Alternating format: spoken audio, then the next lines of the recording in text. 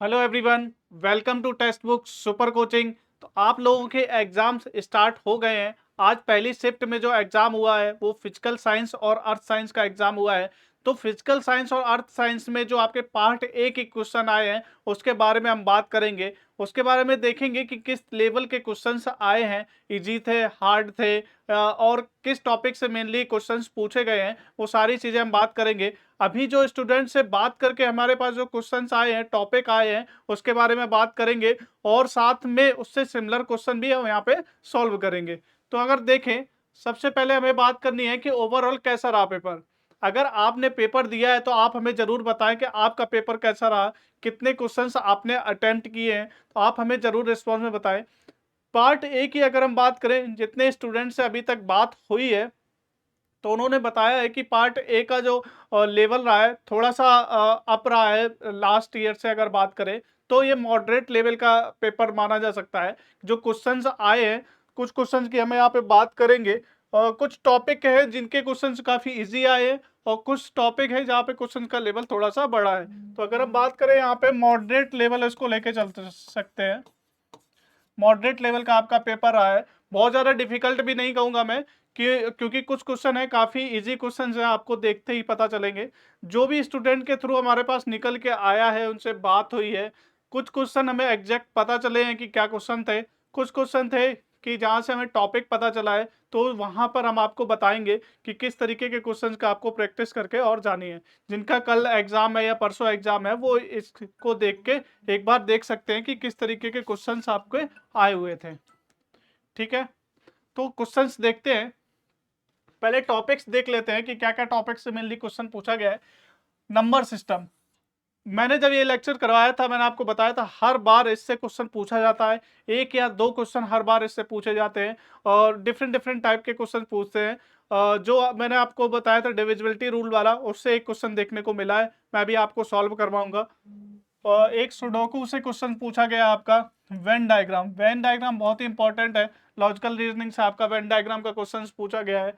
और graph based statement, एक graph population based graph दिया गया था, वहां पे क्वेश्चन पूछा गया है। नेक्स्ट बात करें permutation and combination. Permutation combination जब मैंने आपको पढ़ाया था यूट्यूब पर ही, तो आपने देखा था कि किस तरीके के क्वेश्चंस आते हैं। वहां पर ही एक क्वेश्चन पूछा गया है, रेक्टेंगुलर बॉक्स में कितने टाइल्स अरेंज कर सकते हैं।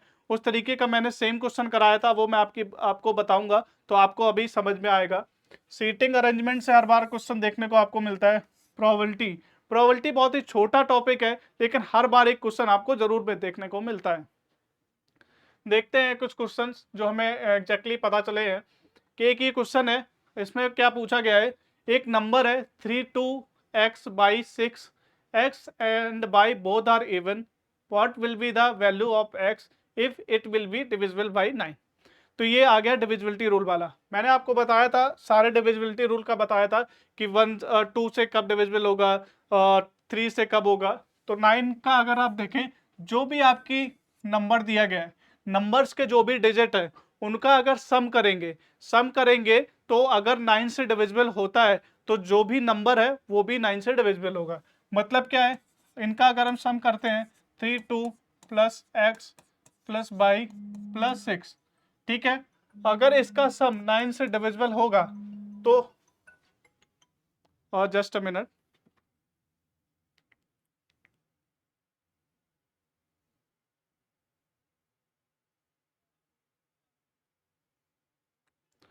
फोन को मैं साइलेंट कर देता हूं।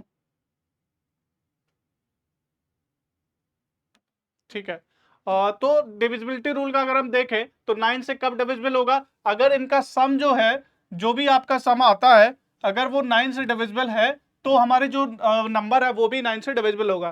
तो 9 से डिविजिबल नंबर्स क्या होंगे, 9 का अगर हम करें, एक तो 9 हो सकता है, 18, 27, 36, ये सारे 9 से डिविजिबल होंगे। अगर इनका सम करके आप देख भी लो, ये 0 कह सकते हैं, 0 9 9 हो गए, 8 और 9 9 हो गए, 7 2 9 9, मतलब 9 से डिविजिबल इनका सम भी आ रहा है। ये तो छोटे नंबर्स हो गए। आप कोई बड़ा नंबर अगर देखोगे, 1 2 3 4 टाइप का ही कर लो, 4 3 7 3 10, अगर 10 इसका सम आ रहा है तो मतलब 9 से डिविजिबल नहीं है, तो ये नंबर भी 9 से डिविजिबल नहीं होगा। तो ये आपका कॉन्सेप्ट होता है डिविजिबिलिटी वाला। अगर हम इसको सॉल्व करेंगे तो इसका मतलब ये 3 2 5 हो गए, 11 प्लस एक्स प्लस वाई। अब यहाँ पर क्या और कंडीशन दी गई है कि एक्स एंड वाई बहुत इवन होंगे, एक्स की वैल्यू निकालनी है। तो पहले तो ऑप्शन अगर देखेंगे तो सारे इवन ही दिए गए हैं, तो उसमें कोई इशू नहीं है। ठीक है, तो इवन नंबर ही आपका यहाँ पे आएगा। अब ये कंडीशन दी गई है तो ये कंडीशन हमारे लिए यूजफुल नहीं रहेगी, क्योंकि जो ऑप्शन दिए गए हैं वो सारे इवन ही है। अगर यहाँ पे ऑड होता तो हम उसको वहां पे हटा लेते, क्योंकि वहां पे इवन दिया गया है। अब क्या और क्या वैल्यू दी गई है, अगर हम देखेंगे तो आपका 9 18 27 36। अब 11 यहाँ पे तो हो गया, x प्लस वाई की वैल्यू अगर 7 होती है तो आपका 18 हो जाएगा, जो कि 9 से डिविजिबल हो जाएगा। x प्लस वाई की वैल्यू 7 होगी ही नहीं। क्यों नहीं होगी, उसका रीजन है कि x और y दोनों इवन है। जब दो इवन नंबर को ऐड करते हैं उनका सम कभी भी ऑड नहीं आता है, तो ये आपका 7 वैल्यू आ ही नहीं सकती। ठीक है, तो इसको हम अवॉइड करते हैं। फिर देखते हैं 17 में क्या सीन बनता है, सॉरी 27 में क्या सीन बनेगा। अगर 27 रहेगा तो 11 माइनस कर देंगे 16, मतलब x प्लस वाई की वैल्यू अगर 16 आती है, x प्लस वाई की वैल्यू अगर 16 आती है तो 9 से डिविजिबल होगा। तो 16 अगर चेक करेंगे तो अगर x वाई की वैल्यू अगर 8 आ जाती है, 8 प्लस 8 करेंगे तो ये 16 आ सकता है। तो ये वाला आपका आंसर हो जाएगा। बाकी अगर ऑप्शंस देखेंगे तो कोई भी आपका ऑप्शन सही नहीं होगा। ये एग्जैक्टली सेम क्वेश्चन ही पूछा गया था, तो ये क्वेश्चन आपका इजी ही था। इसीलिए मैं कह रहा हूँ कुछ क्वेश्चंस आपके डिफिकल्ट थे, कुछ क्वेश्चन इजी थे। तो अब लेवल पेपर का देखेंगे तो मॉडरेट लेवल ही बोल सकते हैं। नेक्स्ट क्वेश्चन देखते हैं। यहाँ इतना ही पता चला है, ये एक्चुअली 2022 में क्वेश्चन पूछा गया था फिजिकल साइंस में। सेम टाइप का ही क्वेश्चन यहाँ पे पूछा गया है। क्वेश्चन कुछ इस तरीके का था कि एक बच्चे को ड्रिप चढ़ रही है, जो ड्रिप चढ़ती है तो उसमें जो डोज लगनी है वो 500 ml पर आवर के अकॉर्डिंग लगनी है। 500 ml एक घंटे में वहां पे चढ़ना है। तो 1 ड्रॉप जो है वो 0.05 ml है। तो हमें बताना है ड्रॉप पर आवर, एक आवर में कितनी ड्रॉप उसको चढ़ेंगी, ये हमें बताना है। सिंपल है, सबसे पहले हम क्या करेंगे, डोज हमें दी गई है 500 ml पर आवर। ठीक है, 1 ड्रिप इक्वल टू 0.05 ml। ठीक है, अब यहाँ पे नंबर ऑफ ड्रिप निकाल लेते हैं, नंबर और ड्रॉप, नंबर ऑफ ड्रॉप अगर निकालेंगे वो कैसे निकलेगा हमारा, जो हमारा नंबर ऑफ, ये है 500 ml पर आवर और ये है 1 ड्रिप। एक ड्रिप में इतना जा रहा है तो आप टोटल कितना आ जाएगा, नंबर ऑफ ड्रॉप्स कितना आ जाएगा, हमें निकालना है ड्रॉप पर आवर। ठीक है, ये आपका है नंबर ऑफ ड्रॉप्स, ये 1 ड्रॉप में इतना है तो टोटल ड्रॉप्स कितना आ जाएगा 500 अपॉन 0.05। ठीक है, इसको अगर सॉल्व करेंगे तो 500 अपॉन 5 इंटू 100 ये हो जाएगा। इसको सॉल्व करेंगे तो आपका 100 आ जाएगा, तो आपका 10,000 ड्रॉप्स आ जाएंगे। 10,000 ड्रॉप्स मतलब जो आपका 500 ml होगा वो आपका 10,000 ड्रॉप्स के थ्रू वो चढ़ेगा। अब हमें पता करना ड्रॉप पर आवर, तो नंबर ऑफ ड्रॉप्स हमें पता चल गई, और आवर के हिसाब से अगर हम बात करें ये तो क्या हो जाएगा 10,000 अपॉन आवर, अगर मिनट में बात करें 60 हो जाएगा। 60 से 60 डिवाइड करेंगे तो 1000 अपॉन 6 के डिवाइड करेंगे तो आ जाएगा 1, और यहाँ पे 4 6 5 165 के अराउंड आएगा, पॉइंट्स में भी आएगा। तो 165 के अराउंड जो भी आपका आंसर था वो आपका करेक्ट हो जाएगा। ठीक है, ये आपका क्वेश्चन देखने को मिला था। और भी क्वेश्चन है जो हमें देखने को मिले हैं। ये जो आपका जो सिमिलर क्वेश्चन आया था 2022 में वो भी मैं आपको दिखा देता हूँ, एक बार सॉल्व भी करा देता हूँ। इस तरीके का एग्जैक्ट क्वेश्चन था, और अगर हम पीछे देखें तो ये भी इसी तरीके का एक क्वेश्चन पूछा गया है। तो जो प्रीवियस ईयर के क्वेश्चन मैं आपको बार बार बोलता था कि प्रीवियस ईयर के क्वेश्चन हमें करने चाहिए, क्योंकि CSIR रिपीट करता है। क्वेश्चंस रिपीट करता है, बस वैल्यू वगैरह चेंज कर देंगे, जो कॉन्सेप्ट होता है वो रिपीट होता है, इसलिए हमें प्रीवियस से क्वेश्चन जरूर लगाना चाहिए। ये क्वेश्चन अगर हम देखते हैं तो ये फ्लूइड चढ़ रहा है 7.5 kg, 7.5 kg बच्चे का वेट है, given to a child of 7.5 kg। 7.5 kg का चाइल्ड है, उसको फ्लूइड चढ़ना है at the rate of 20 drop per minute. वो यहाँ पे रेट दिया गया है कि 20 ड्रॉप पर मिनट के अकॉर्डिंग यहाँ पे चढ़ेगा, eight the rate of 20 drop per minute. The prescribe dose of the fluid is 40 ml। Total कितना चढ़ना है 40 ml पर केजी के हिसाब से। तो हमारे पास 7.5 kg बच्चे का वेट है, तो 40 ml पर केजी, तो टोटल कितना फ्लूइड चढ़ेगा? टोटल अगर निकालेंगे हम 7.5 इंटू 40, इसको अगर डिवाइड करेंगे तो 300 ml बच्चे को चढ़ना है फ्लूइड। अब हमें क्या पूछा गया, if the volume of a drop is 0.05 ml। यहाँ पे वॉल्यूम दिया गया है 0.05 ml एक ड्रॉप का वॉल्यूम है, तो नंबर ऑफ ड्रॉप्स यहाँ पे भी निकाल लेते हैं। नंबर ऑफ ड्रॉप्स तो 300 अपॉन 0.05, टोटल 300 ml है, एक ड्रॉप का इतना वॉल्यूम है, तो नंबर ऑफ ड्रॉप्स कितने आ जाएंगे?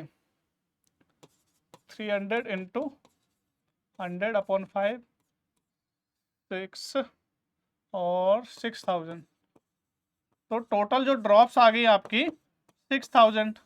आप क्वेश्चन में पूछा क्या गया है, how many hours are needed to complete the dose. कितने आवर लगेंगे? जो रेट है उसके अकॉर्डिंग हम देख लेते हैं, रेट क्या है 20 drop per minute, 20 drop per minute है, तो यहाँ पे टाइम कैसे निकल जाएगा? जो 20 ड्रॉप पर मिनट है और टोटल ड्रॉप्स कितनी है 6000, 20 डिवाइड कर देंगे तो यहाँ पे आ जाएगा 300 मिनट, क्योंकि यहाँ पे दिया गया था ड्रॉप पर मिनट, तो 300 मिनट आपके रहेंगे। ठीक है, तो 300 मिनट रहेंगे, लेकिन यहाँ पे पूछा गया है हाउ मेनी आवर्स, यहाँ पे घंटे में पूछा गया है, तो आवर्स के लिए क्या करेंगे 300 बाई 65, यहाँ पे 5 आ जाएगा, ये आपका आंसर हो जाएगा। ये आपका 2022 में पूछा गया था, सिमिलर टाइप का ही क्वेश्चन था। आगे की शिफ्ट में जो एग्जाम होने वाले हैं इस तरीके के पूछे जा सकते हैं क्वेश्चन। तो और क्वेश्चन देखते हैं। और एक क्वेश्चन दिया गया था कि एक हाईवे है उसमें 3 लेन है। ठीक है, ये 3 लेन है, जो यहाँ पे विड्थ है जितना कट दिया गया है वो 250 मीटर है। ये आपका जो लेंथ दी गई है वो 250 मीटर दी गई है, ये भी आपकी 250 मीटर होगी। अब हमसे ये बोला गया है कि जो साइड है यहाँ पर पेंट किया गया है, वाइट पेंट किया गया है, यहाँ पर भी किया गया है, जो स्ट्रिप है यहाँ पर भी पेंट किया गया है, तो ये आपका पेंट किया गया है।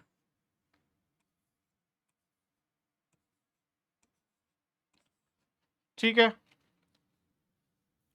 और ये भी यहाँ पे बोला गया है कि यहाँ पे जो लेंथ है वो 2.5 मीटर है, फिर जो गैप है वो 2.5 मीटर है, ये फिर है 2.5 मीटर है, इस तरीके से यहाँ पे बोला गया है।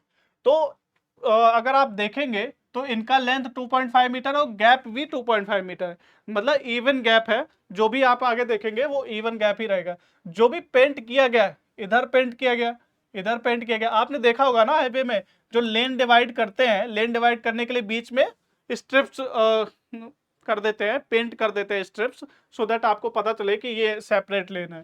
तो यहाँ पे 3 लेन बनाई गई है, 3 लेन के लिए यहाँ पर आपको पेंट किया गया, यहाँ पर पेंट किया गया और बीच में यहाँ पे स्टेप्स बनाई गई। तो हमसे ये पूछा गया, तो जो भी पेंट किया गया है उसकी लेंथ क्या है, टोटल लेंथ पूछी गई है।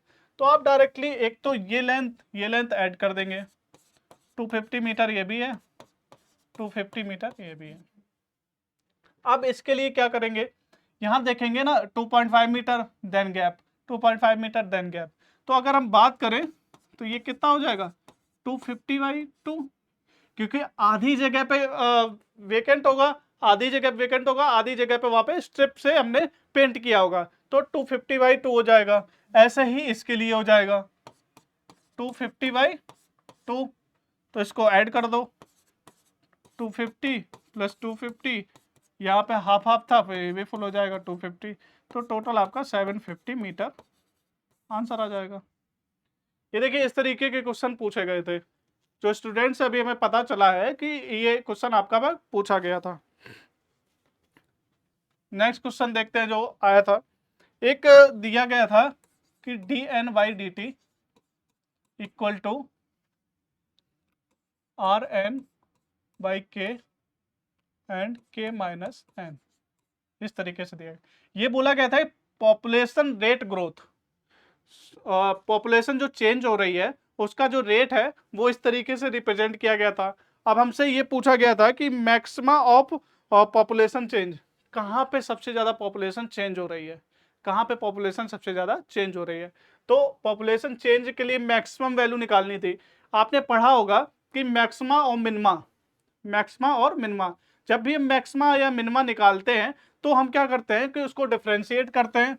जैसे ये वाला फंक्शन है, ये वाला फंक्शन है, इसको हम कोई भी एफ फंक्शन मान लेते हैं, तो इसको अगर डिफरेंशिएट करेंगे डी एफ अपॉन के टर्म में करेंगे, डी एफ अपॉन डी के, वो वैल्यू हम करेंगे जीरो।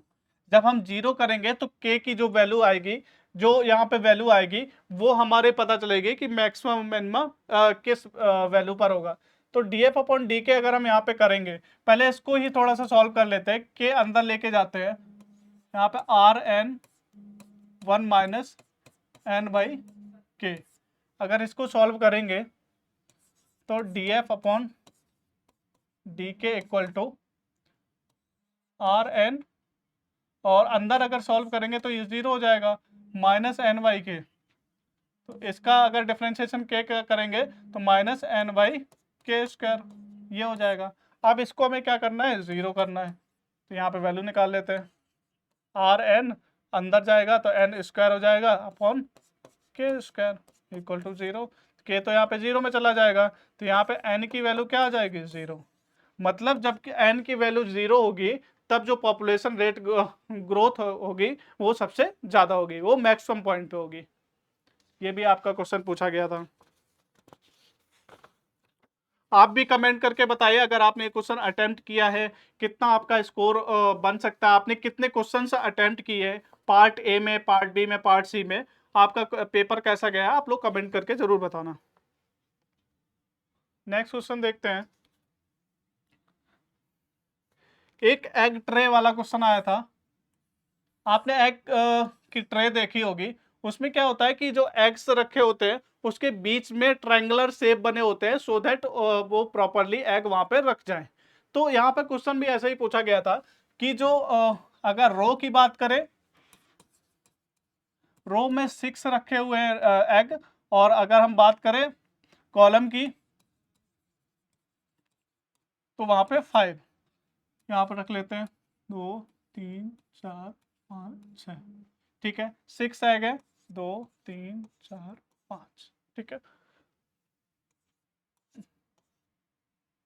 इस तरीके से एग्स रखे हुए हैं।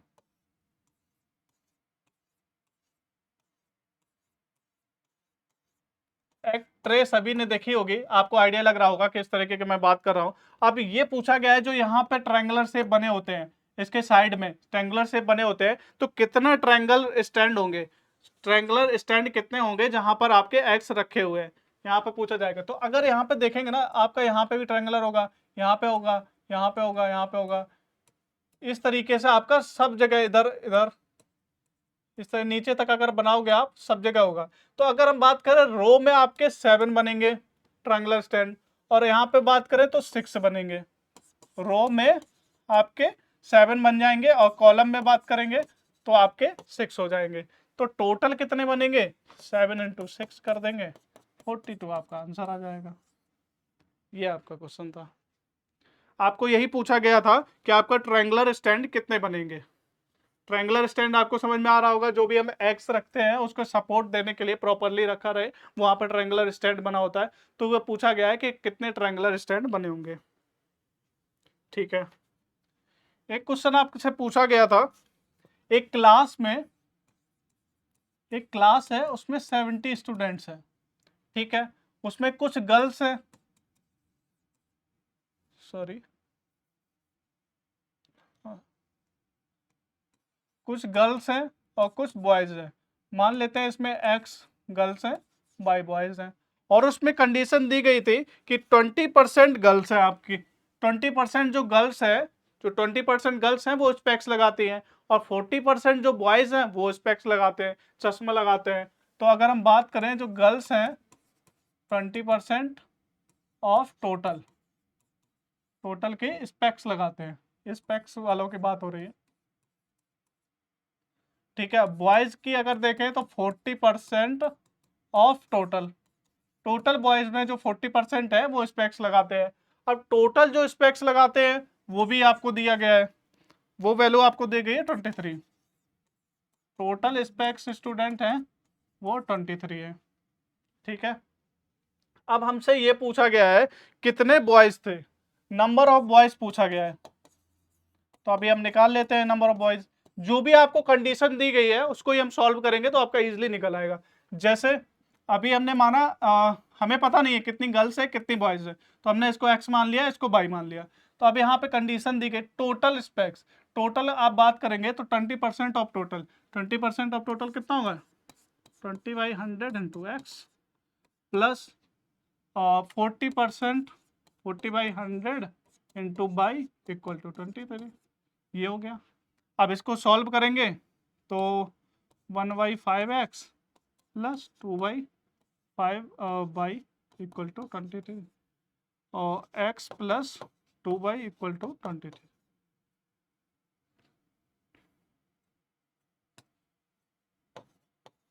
ठीक है, एक आपका ये बन गया इक्वेशन, और एक आपका इक्वेशन यहां से बनेगा। क्लास में टोटल 70 है, टोटल 70 है, x plus Y equal to क्या हो जाएगा आपका, ये आपसे पूछा गया है, x प्लस वाई क्या होगा 70। अब इन दोनों इक्वेशन को सॉल्व कर लो, यहाँ पे लिखेंगे x plus 2y equal to 23, इसको इससे माइनस करेंगे तो यहाँ पे y इक्वल टू क्या हो जाएगा, तो यहाँ पे 23 नहीं होगा, यहाँ पे तो मिस्टेक हुआ है, क्योंकि 5 यहाँ पे मल्टीप्लाई होगा ना जाके, तो यहाँ पे 23 नहीं होगा आपका, 23 इंटू 5 हो जाएगा। इसको सॉल्व करेंगे, 5 5 15 5 दूनी 10 1 11 115, तो यहाँ पे भी अगर आप देखेंगे तो 115 हो जाएगा। अगर इसको सॉल्व करेंगे बाई को 115 माइनस 70 आ जाएगा, तो यहाँ पे कितना आ जाएगा, और 30 40 45, तो बाई आपका नंबर ऑफ बॉयज था, नंबर ऑफ बॉयज आपके कितने आ जाएंगे 45, यही आपका आंसर हो जाएगा। तो यहाँ पे एक्चुअल में क्वेश्चन क्या था कि एक क्लास है, वहाँ पे 70 स्टूडेंट्स हैं, उसमें कुछ गर्ल्स है कुछ बॉयज़ है, और जो गर्ल्स है उसमें 20% स्पेक्स लगाते हैं, बॉयज़ है वो उसमें 40% स्पेक्स लगाते हैं, तो टोटल जो लोग स्पेक्स लगाते हैं वो है आपके 23। अब हमें ये बताना था इसमें नंबर ऑफ बॉयज़ कितने हैं, तो हमने क्या किया, इसका इक्वेशन बनाया, और एक इक्वेशन यहाँ से टोटल से बना हमारा, दोनों को सॉल्व किया और वहाँ से हमारा नंबर बॉयज़ पता चल गए। ठीक है, और क्या क्वेश्चन था, एक क्वेश्चन है वो कंप्लीट नहीं पता चला है, लेकिन मैं आपको बता देता हूँ किस तरीके का क्वेश्चन था, सो दैट आपको आइडिया रहे, उस तरीके के क्वेश्चन आप पढ़ लो।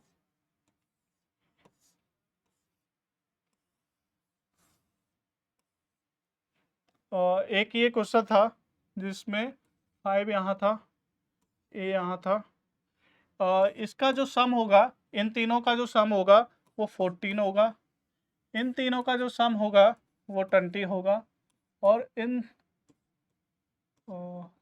हाँ इन तीनों का जो यहाँ पर भी यहाँ पे 4 पार्ट कर दिए थे, तो ये इनका जो सम होगा वो 23 होगा। ठीक है, ये बोला गया था। अब हमें करना क्या है, हमें ए की वैल्यू निकालनी थी।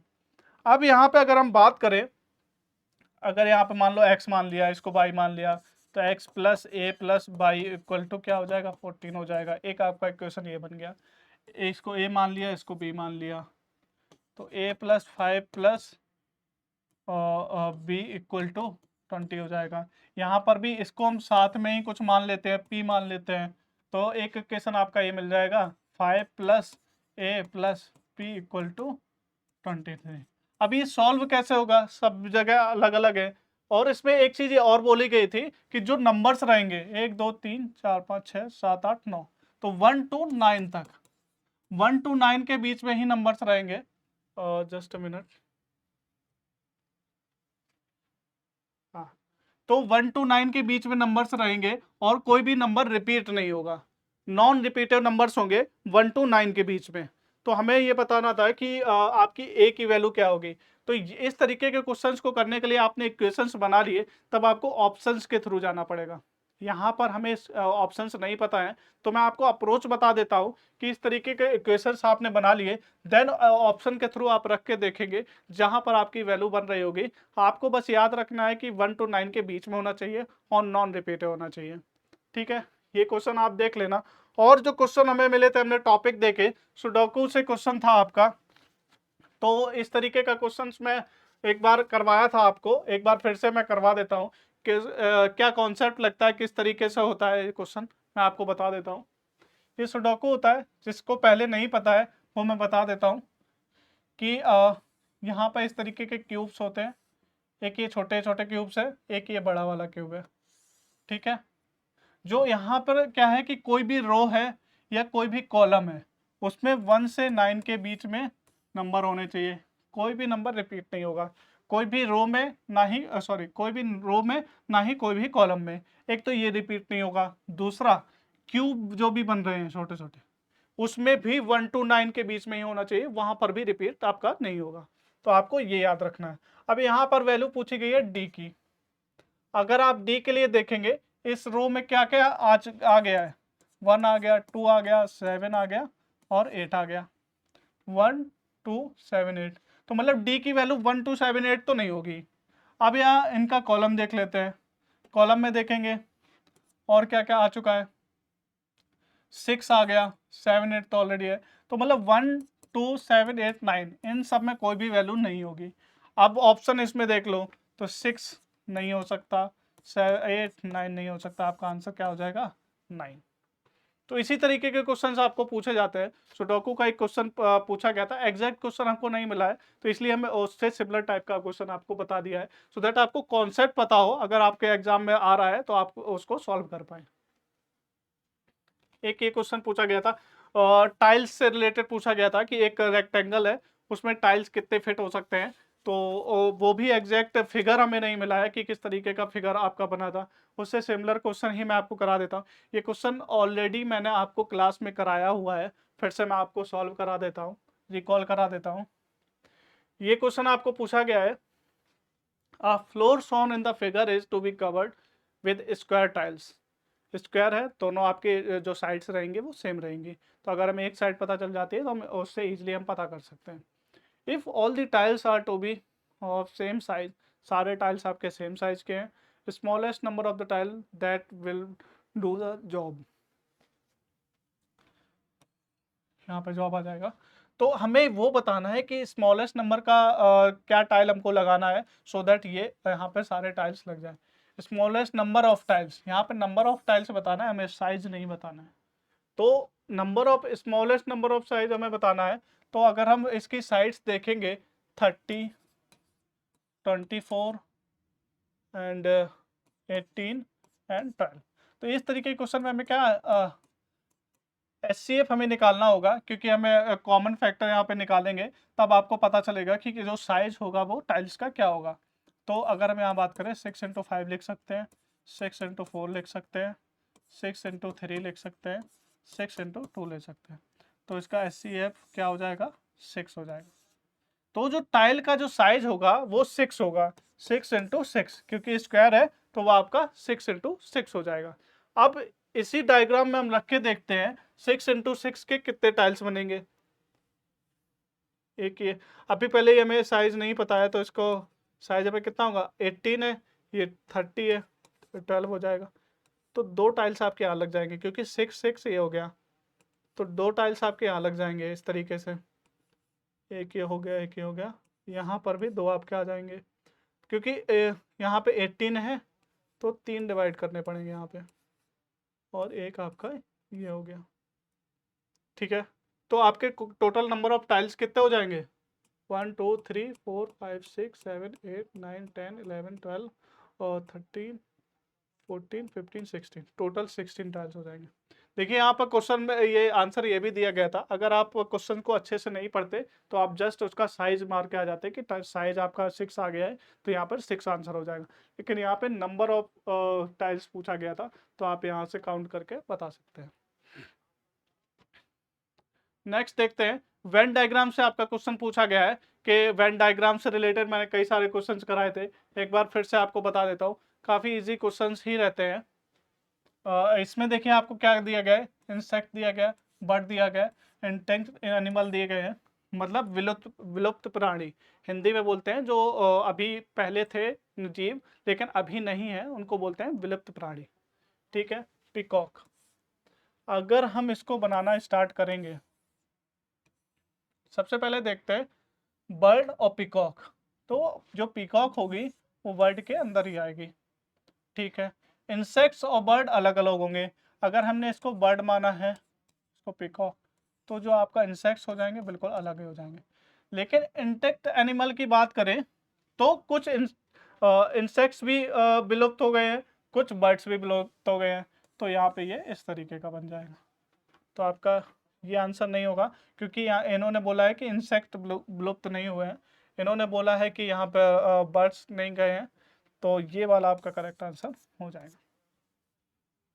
ठीक है, तो ये सारे क्वेश्चंस हमको मिले थे सो दैट हम आपको बता दें किस लेवल का पेपर आया था, कैसे क्वेश्चंस आए थे। अगर आपके पास और भी क्वेश्चंस हैं, आप चाहते हैं कि मैं आपको सॉल्यूशन उसका करवा दूं, आप सो दैट अपने आंसर्स देख सके कि कहाँ पर सही है, कितने आपके मार्क्स बन रहे हैं, तो आप कमेंट करके बताइएगा कि क्या क्या क्वेश्चंस आए थे। आप कनेक्ट भी कर सकते हैं हमारे साथ सो दैट कि आप हमें बता सके कि किस तरीके के क्वेश्चंस आए थे।